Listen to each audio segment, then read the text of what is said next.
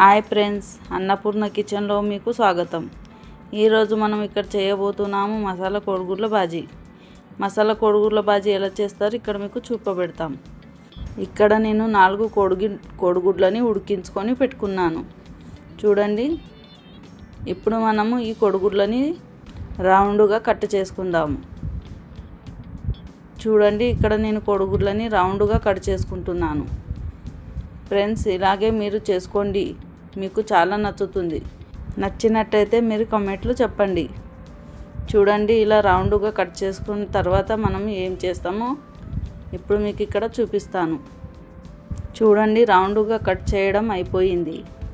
ముందుగా మనం ఇప్పుడు ఇండక్షన్ మీద ఒకటి స్టీల్ పాట్ పెట్టేసుకుందాము. అందులోకి 3 చెంచాల వరకు నూనె పోసుకుందాము. చూడండి, ఇక్కడ నేను 3 చెంచాల వరకు నూనె పోసేసాను. ఇప్పుడు అందులోకి మనము కట్ చేసిన ఉల్లిపాయలని వేసుకున్నాము. ఉల్లిపాయలు గోల్డెన్ బ్రౌన్ అయ్యే వరకు మనము చక్కగా వేసుకుందాము. చూడండి, ఉల్లిగడ్డ గోల్డెన్ బ్రౌన్ అయిపోయాయి. ఇప్పుడు అందులోకి మనము మసాలాని వేసుకుందాము.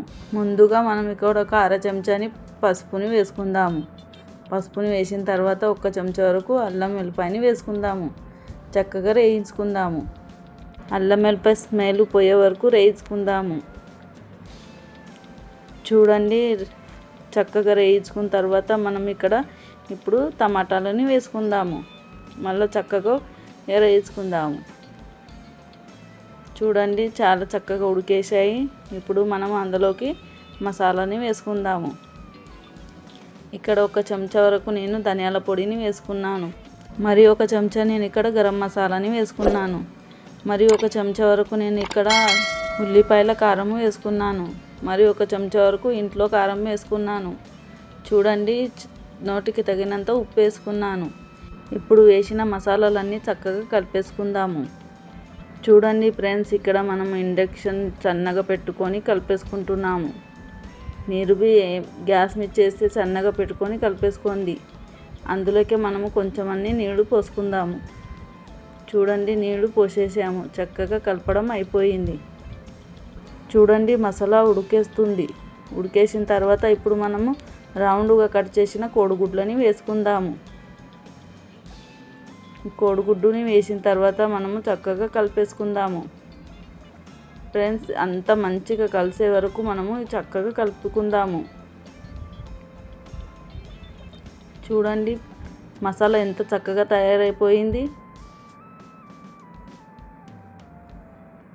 చూడండి, కలపడం అయిపోయింది. ఇప్పుడు మనము కొంచెం పచ్చి కొత్తిమీరని వేసుకుందాము. వేసిన తర్వాత మళ్ళీ కలుపుకుందాము. చూడండి, చక్కగా కలపడం అయిపోయింది. ఇప్పుడు మనము స్టీల్ పాట్ మీద మూతని పెట్టేసుకుందాము. చూడండి, కోడిగుడ్ల బాజీ ఎంత చక్కగా తయారైపోయింది. మరియును మసాలా కూడా చాలా చక్కగా తయారైపోయింది. మీరు ఈ కోడిగుడ్డుని చపాతీతోని లేకపోతే రొట్టెతోని కూడా తినొచ్చు. చాలా రుచిగా అంటుతుంది. చూడండి, ఇప్పుడు మనం ఇండక్షన్ బంద్ చేసుకుందాము.